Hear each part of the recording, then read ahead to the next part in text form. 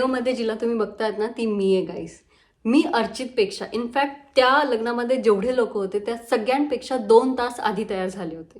आयरनी राईट? म्हणजे किती कमालची गोष्ट आहे की नवरी जी की सर्वात लेट तयार होत असते, पूर्ण लग्न जिच्यामुळे लेट होत असतं, ती सगळ्यांपेक्षा 2 तास आधी तयार होती. ट्रस्ट मी गाईज, त्या 25 किलोच्या लेहंग्यामध्ये, येस डोंट बी शॉक्ड, माझा लेहंगा फक्त खालचं जो घेर होता तो 25 किलोचा होता. त्या लेहंगामध्ये मी 2 तास वेट केलंय.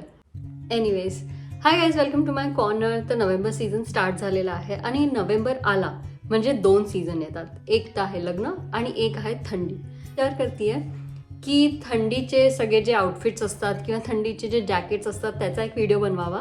आणि आज जसं की तुम्ही मला बघत असाल की माझ्या लग्नाचा जो एक्सपिरियन्स होता किंवा मी कुठून काय शॉपिंग केली होती, मी माझे लुक्स कसे तयार केले होते, त्याचा एक शॉर्ट तुम्हाला ग्लिम्स द्यावा, म्हणजे तुम्हाला पण या लग्नाच्या सीझनमध्ये हेल्प व्हावी. तर मी 2025 ब्राईड होते, म्हणजे याच वर्षी ॲक्च्युली फेबमध्ये माझं लग्न झालेलं. आणि त्या लग्नाची तयारी मी ऑलमोस्ट 5 वर्षा आधीपासून स्टार्ट केलेली. तुम्ही मला वेडे समजत असाल, बट आधी ऐकून घ्या माझं. तर ना माझ्या डोक्यामध्ये नेहमी एक इमेज होती की माझं लग्न असं पाहिजे, मी असं घालेल, मी असं करेल, मी तसं करेल. अँड किड यू नॉट, माझ्याकडे काही फोटोज पण आहेत जे त्या टाईमचे आहेत की जे मी इन्स्पिरेशन ठेवलेलं की हा मला इथे असं लग्न करायचं आहे, हा इथे असा आउटफिट घालायचा आहे आणि या सगळ्या गोष्टी मला माझ्या लग्नामध्ये पाहिजे. अँड ट्रस्ट मी गाईज, माझं वेडिंग जे होतं ते ड्रीम वेडिंग होतं, माझं स्वतःचं ड्रीम वेडिंग होतं ते. तर गाईज, हा व्हिडिओ झाल्यानंतर ना नेक्स्ट ब्लॉगमध्ये मी नक्कीच माझ्या लग्नाचा व्हिडिओ टाकेन. सो आपण या व्हिडिओपासून स्टार्ट करूयात. या व्हिडिओमध्ये मी एक्सप्लेन करणार आहे की मी कसे कसे लुक्स कुठून घेतले, त्याची ज्वेलरी कुठून घेतली, छोट्या छोट्या गोष्टी कुठून घेतल्या. तर आपण स्टार्ट करूयात एंगेजमेंटपासून. सो माझी एंगेजमेंट छत्रपती संभाजीनगरमध्येच होती आणि माझ्या एंगेजमेंटमध्ये 2 लुक्स होते. सो एक होता जो असा ट्रेडिशनल पूजाचा लुक होता आणि एक जो होता तो असा वेस्टर्नाइज्ड लुक होता. पण वेस्टर्नाइज मी गाऊन तर नाही घेतलेला, मी लेहंगाच घेतला त्याच्यामध्ये, बट थोडासा वेस्टर्नाइज्ड होता. त्याचा सुद्धा क्लिप नक्कीच नेक्स्ट व्हिडिओमध्ये टाकेन. सो पहिल्या लुकमध्ये बोलायचं झालं तर आमची एंगेजमेंट ना थोडीशी महाराष्ट्रीयन टाईप होती, जशी आपल्याकडे करतात ना महाराष्ट्रामध्ये की आधी पूजा करतात, कटिंग सेरेमनी वगैरे, आजकाल ते सगळं चालू आहे. सेम माझी पण एंगेजमेंट तशीच झालेली. आणि लग्न जे होतं आम्ही असं डिसाईड केलं होतं की एंगेजमेंट महाराष्ट्रीयन पद्धतीने करूयात आणि लग्न जे आहे ते आपण मारवाडी पद्धतीने करूयात, म्हणजे राजस्थानी पद्धतीने करूयात. सो फर्स्ट लुक जो होता तो माझ्या एंगेजमेंटचा लुक होता. तो मला एक स्पेसिफिक लुक मला पाहिजे होता, एक स्पेसिफिक साडी मला पाहिजे होती. त्याच्यामध्ये माझं असं हे होतं की मला बनारसीच साडी पाहिजे, त्यात पण ती जाल असताना ती ज्यात असे वेल असतात तीच पाहिजे होती आणि राणी पिंक कलरच पाहिजे होता. त्याच्यामध्ये स्पेशली ब्लाऊज जो असेल तो प्लेन असेल, बिकॉज मला त्याच्यावरती वर्क करून घ्यायचं होतं. तर ही जी साडी आहे ही मी पुण्यावरूनच घेतली होती. ते पेठेत नक्षत्रम साडीज म्हणून आहे मी, आणि तिथेच थोडंसं पुढे गेलं की मधूस टेलर्स म्हणून आहे, तर तिथे मी हे ब्लाऊज स्टिच केलं होतं. थोडंसं हाय एंडवरती होतात ब्लाऊज स्टिच, बट तुम्हाला वर्क परत बघण्याची गरजच नाही आणि फिटिंग खूप अमेझिंग फिटिंग असते एकदम. म्हणजे ज्यांना असे बॉडी टाईट किंवा फिट टू बॉडी जे ब्लाउजेस आवडतात ना, ते बेस्ट टेलर आहे. आणि दुसरी गोष्ट, तुम्हाला काहीही त्याच्यावरती वर्क करायचं असेल, किती जरी बारीक असेल, किती जरी मॉडर्न असेल, जरीचं वर्क असेल, काही जरी असेल तरी ते खूप अमेझिंग हे करतं आणि खूप जास्त प्रोफेशनल आहे. म्हणजे तुम्हाला प्रॉपर रिसीट्स भेटते, तुम्हाला जी डेट दिलेली आहे त्याच्याच आसपास तुम्हाला ब्लाऊज भेटतो आणि तुमचा ब्लाऊज तयार झाला असेल ना त्या दिवशी तुम्हाला मेसेज पण येतो. सो हे मधुस टेलर नक्की हे करा. आणि आपण आपल्या लुक बद्दल बोलत होतो, तर मी ही साडी घेतली होती नक्षत्रम साडीजमधनं. तुम्हाला कॉस्टिंग अँड ऑल हर एक लुकच्या नंतर सांगेल की एक्झॅक्टली मला किती कसं पडलं होतं. सो आधी मी लुक एक्सप्लेन करते. या लुकमध्ये मी घेतली होती, जे मी परचेस केलं होतं ते होतं ती साडी, ज्वेलरी, ब्लाऊज स्टिच करून घेतला होता, सँडल्स. ज्वेलरीमध्ये बांगड्या आणि ते पण मी घेतलं होतं. कॉस्टिंग मी तुम्हाला सांगते. तर या साडीची कॉस्टिंग मला अप्रॉक्सिमेट पडली होती 15,000ची, बिकॉज ती प्युअर अशी बनारसी साडी असते आणि ती शालूच तुम्ही म्हणू शकता, ती शालूच आहे ती बेसिकली. तर तो मला 15,000चा पडला होता. ब्लाऊज स्टिचिंग थोडंसं हाय एंडवरती झालं होतं, बिकॉज वर्क पाहिजे होतं जे खूप सुंदर असेल. मी तुम्हाला इथे दाखवते, थांबा. हे आहे त्याचं ब्लाऊज, सी. त्याच्यावरती हे जे वरचं वर्क आहे ना, हे वर्क म्हणा, हे वर्क म्हणा, हे पूर्ण ते मधुस टेलर्स त्यांनी करून दिलं होतं. इवन मागचं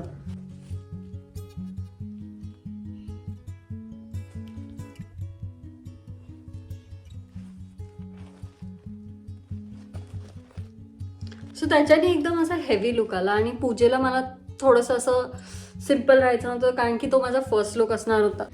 इतकं सुंदर जेव्हा काम टर्न आउट होतं ना, तेव्हा ते पैसे दिलेले दुखत सुद्धा नाही. सो याची कॉस्टिंग मला क्लोज टू पडली होती 6.5. सो साडी होती 15,000ची. ब्लाऊज स्टिच करून आणि हे पूर्ण जरीचं वर्क करून त्याचे होते 6.5. आणि मी नंतर त्याच्यावरती हिल्स घेतली होती. सो काय स्टोअर म्हणून आहे, मी तिथून ना ती मोत्याची हिल्स घेतली होती. ती अराउंड होती 2100ची. आणि ज्वेलरी, तर ज्वेलरी ना काय झालेलं, माझ्या पार्लरवालीशी बोलणं झालं होतं की ते आम्हाला ज्वेलरी देतील रेंटवरती. बट लास्ट मोमेंटवरती जेव्हा मी तिथे ट्राय करायला गेले तेव्हा मला एक पण पीसेस आवडले नाही. तर गाईज हे खूप जास्त इम्पॉर्टंट आहे की तुम्ही होल अँड सोल तुमच्या पार्लरवाल्यांवरती नका डिपेंडेंट राहू ज्वेलरीसाठी. In case you are dependent तर त्यांच्याकडून इधर पिक्चर्स आधीच मागून घ्या किंवा तुम्ही ट्रायल आधीच करून घ्या. 1-2 दिवस आधी मी ट्रायल घ्यायला गेले होते आणि मला एक पण पीसेस आवडत नव्हते, बिलकुल काही आवडत नव्हतं. मग मी माझ्या फ्रेंडला, जी की पुण्यात होती, जी एंगेजमेंटला येणार होती, तिला सांगितलं की त्या शॉपवरती जा आणि ज्वेलरी घेऊन ये. आणि मग तिने ती ज्वेलरी आणली. हा पूर्ण लुकचा जो फोटो आहे ना, मी तुम्हाला इथे नक्की पाठवेल. आणि त्या ज्वेलरीची कॉस्ट होती अराउंड 2200. सो टोटल कॉस्ट जी झाली आहे ती मी इथे टाकेल. आता फर्स्ट लुक. आणि सेकंड लुकमध्ये मी घातला होता घागरा. आता माझ्या डोक्यात ना घागराचे सुद्धा एक स्पेसिफिक इमेजेस होते. मला ना थोडासा असा पर्पल कलरचा, लॅव्हेंडर कलरचा असा घागरा बेसिकली पाहिजे होता. आणि मी आधी 2-4 स्टोर्स एक्सप्लोअर केलेले पुण्यामध्ये, कारण की माझी एंगेजमेंटची पूर्ण शॉपिंग मी पुण्यातून केलेली. सो लक्ष्मी रोडवरच्या मान्यवरती घेतलेलं, जे मोठं शॉप आहे ना तिथून घेतलेला. तर तो मला 30,000चा पडलेला. आणि त्याच्या समोरच एक शॉप आहे, जे म्हणजे समोरच एक टेलर आहेत. तर मला ब्लाऊज स्टिचिंग क्लोज टू याची पडली होती 2200 or 2100ची. आणि त्याच्यावरती मग मी ज्वेलरी घेतली होती. आता माझी एंगेजमेंट झालेली ऑगस्टमध्ये. तर ऑगस्टमध्ये ना तर ज्वेलरीवाल्याचा थोडासा ऑफ सीझन असतो, त्याच्यामुळे मला जी ज्वेलरी पडली होती ती क्लोज टू मला पडली होती 4000ची. ती 8000ची होती, पण तेव्हा 50% डिस्काउंट चालू होता म्हणून मला ती 4000ची पडली होती. तर तुम्ही बघू शकता, मी इथे फोटो टाकेन की खूप मोठी असा भरगतचं दिसत होतं ते. आणि त्याच्यासोबतच मी हातात थोडेसे बँगल्स, कडे असे घेतलेले, ते पण मी त्या शॉपमधूनच. ज्वेलरीसाठी one of the best shop जे आहे आणि जे पुण्यामध्ये आहे ते आहे बेटी. बेटी हे मध्ये जे क्लोवर सेंटर आहे तिथे आहे. तर त्या शॉपमध्ये ना तुम्हाला इतके युनिक पीसेस भेटतील, इतके जास्त वेगवेगळे डिझाईन्स भेटतील ना. मम्मीची पण जी ज्वेलरी आहे, सगळी ज्वेलरी लग्नाची, ती पण मी बेटीमधूनच घेतलेली. अँड इनफॅक्ट मी मम्मीचा जो मेन लेहंगा आहे लग्नाचा, तो मी मान्यवरमधून घेतलेला. मी त्याची सुद्धा काही डिटेल्स टाकेल इथे. सो यांचा लेहंगा घेतला, ज्वेलरी घेतली, बँगल्स वगैरे घेतले. आणि ना मला तो लेहंगा खूप मोठा होता, त्याच्यामुळे मला अशी खूप मोठी हिल्सची खूप जास्त गरज होती.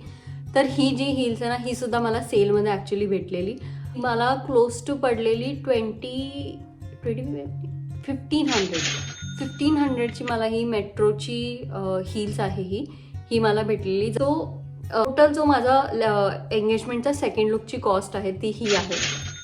एंगेजमेंट ऑगस्टमध्ये झाली आणि लग्न होतं माझं फेबमध्ये. आणि जे होतं पुष्करला फेबमध्ये लग्न, म्हणजे आपल्या पुण्यातली जी पीक थंडी आहे ना, ती थंडी असणार आहे पुष्करला फेबमध्ये. सो त्या अकॉर्डिंग मी माझे लुक्स थोडेफार क्युरेट केले होते. जो माझा फर्स्ट लुक होता ती होती पूजा. गणेश स्थापना म्हणतात त्याला. मला वाटलं होतं की ती पूजा म्हणजे एकदम अशी ग्रँड लेवलची असेल, खूप सारे लोक असतील, खूप हे असतील, म्हणून मी त्या पूजामध्ये इतके एफर्ट्स टाकले होते ना. आणि तुम्ही जर त्या पूजाच्या एलिमेंटची कॉस्टिंग बघताल ना, तुम्ही म्हणताल काय वेडी आहे, किती पैसे खर्च केले हिने. तर पोपट माझा असा झाला. ते फक्त आम्ही 5 लोक होतं, मी, माझी फॅमिली आणि गुरुजी. बस दॅट्स इट.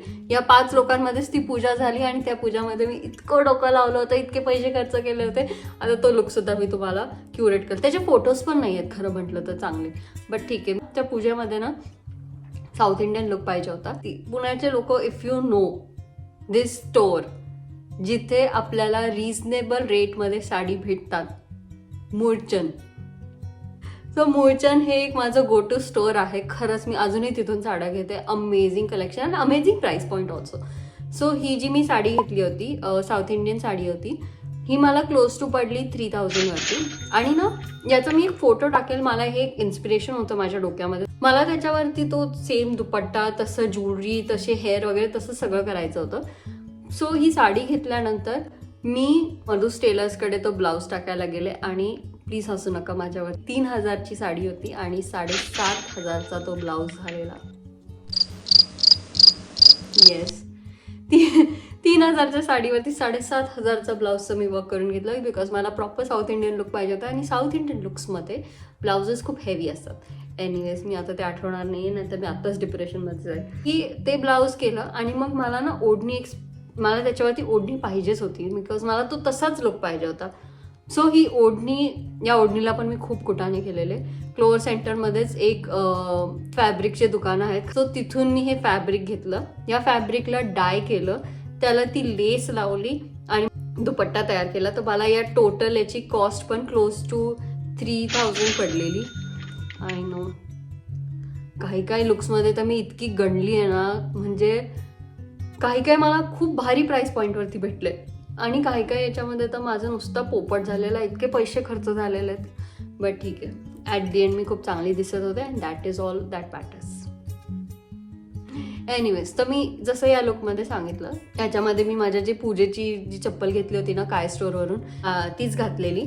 तर मला ना याच्यावरती टेम्पल ज्वेलरी पाहिजे होती आणि मला टेम्पल ज्वेलरी स्वस्त पाहिजे होती, बिकॉज छोटंसं फंक्शन होतं, त्यात काही खूप इन्व्हेस्ट करायचं नव्हतं. तर तुळशीबागमध्ये एक स्टोअर आहे, तुळशीबागचा जो गणपती आहे ना, त्याच्या इथे जसं गणपती आहे या साईडला फेस करून, तर त्याच्या जस्ट बाजूला एक आतमध्ये गल्ली जाते. त्या गलीमध्ये गेले ना तर राईट साईडला तुम्हाला असे ज्वेलरीचे खूप स्टोर्स भेटतील, तिथे खूप रिझनेबल प्राईसमध्ये तुम्हाला ज्वेलरी भेटतील. तर छोट्या मोठ्या फंक्शनसाठी तुम्ही तिथून घेऊ शकता. तर मी तिथून ती टेम्पल ज्वेलरी घेतलेली आणि मला छोटं गळ्यातलं, मोठं गळ्यातलं आणि कानातले असं मिळून मला ते क्लोज टू पडलेलं 1,100 रुपयाला. So I was very happy की चलो ठीक आहे, ॲटलिस्ट इथे तरी माझी बचत झालेली. सो या लुकचा जो टोटल कॉस्ट होता तो होता हा.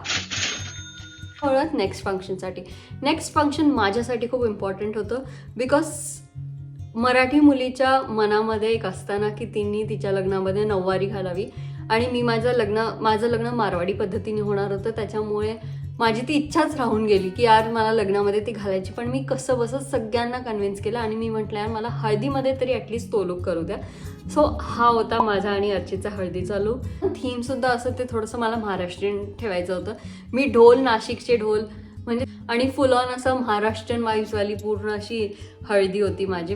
ते फूल पडतात ना जेव्हा मंगलाष्टिका होतात आणि ते सगळं जेव्हा फूल पडतात तसं एकदम सेम टू सेम असा सीन होता. सो हा लुकसुद्धा माझा one of the favourite look आहे. या लुकची जी साडी आहे ती होती जोगेश्वरी म्हणून आहे, जोगेश्वरी सिल्क अँड सारीज म्हणून, ते पण पुण्याच्या लक्ष्मी रोडला आहे आणि ती मला क्लोज टू पडली होती 5,000ची. ही मी नऊवारी साडी घेतली होती ज्याला मी प्री स्टिच करून घेतलं होतं. सो 5,000ची साडी पडली आणि 1,000 रुपीजची त्याची काहीतरी स्टिचिंग होती. आणि मग आला next part, blouse. Guys, I know मी ब्लाऊजवरती खूप जास्त पैसे खर्च केले आहेत आणि माझे जर आई वडील बघतील तर आत्ता मला धुवायला तिकडनं येतील. But trust me, it was all worth the money, because तो ब्लाऊज इतका सुंदर टर्नआउट झाला. मी त्यांना एक पिक्चर दिलेलं आणि त्यांनी सेम टू सेम त्या पिक्चरचं तसं रेप्लिका बनवलेलं त्या ब्लाऊजवरती. सो ब्लाऊजचा खर्च थोडासा जास्त झाला, बट येस तो क्लोज टू होता 6.5K. ओके, सो 6,500चा जो ब्लाऊज मी शिवलेला खूप अमेझिंग दिसत होता. त्याची जी ज्वेलरी होती, बापरे, त्या ज्वेलरीचा जो राज आहे ना तो आज मी तुमच्या सगळ्यांसमोर उघडतीये. त्या ज्वेलरीची कॉस्टिंग ना अर्चितला माहिती, ना माझ्या आईवडिलांना माहिती, ना माझ्या फ्रेंड्सला माहिती, कोणालाच माहिती नाही की ती ज्वेलरी मी किती रुपयाची घेतलेली आहे. बिकॉज जर त्यांना कळालं तर जिथे कुठे ते लोक असतील ते इथे येऊन मला आज मारतील. मला ना एक असा स्पेसिफिक लुक पाहिजे होता, त्याचा मी फोटो पाठवेल आणि मी हुबेहूब त्याला कॉपी केलेलं. म्हणजे छोटं, मोठं, मीडियम जे गळ्यातले असेल ते मी हुबेहूब त्याचे कॉपी केलेले. त्याच्यामुळे मला ते थोडंसं कॉस्टिंग जास्त पडलेलं. या ज्वेलरीची कॉस्टिंग होती 17,000. माझा one of the first outfit होता पूर्ण लग्नामध्ये जो मी क्युरेट केला आणि माझ्यासोबत कोणीच नव्हतं. माझ्यासोबत माझा भाऊ होता ज्याला स्वतःचे कपडे घ्यायची अक्कल नाही. तो मला काय सजेस्ट करणार आहे की एवढ्याची घेऊ किंवा एवढ्याची नको घेऊ. बट एनिवेज मला हुबेहूब भेटला. I was very happy. शेला तर खूप जरुरी होता. सो शेला मी इतका जास्त शोधलेला.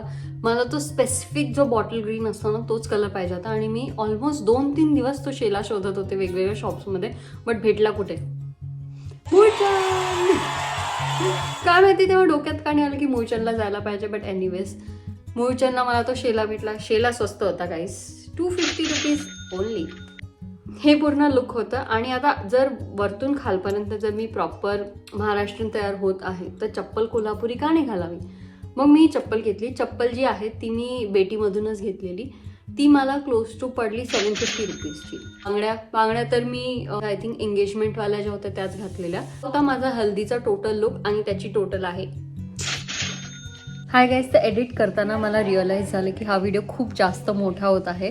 त्याच्यामुळे मग मी याला आता 2 पार्ट्समध्ये डिवाइड करत आहे. पार्ट 1 आणि पार्ट 2 असा मी अपलोड करेल. 2 मध्ये मी नेक्स्ट जे लुक्स आहेत ते कम्प्लीट करेल. तर आत्तापर्यंत जर इथे तुम्हाला व्हिडिओ आवडला असेल तर प्लीज कमेंट करून सांगा आणि लाईक शेअर सबस्क्राईब नक्की करा. Thank you for watching. See you in the next video. Bye.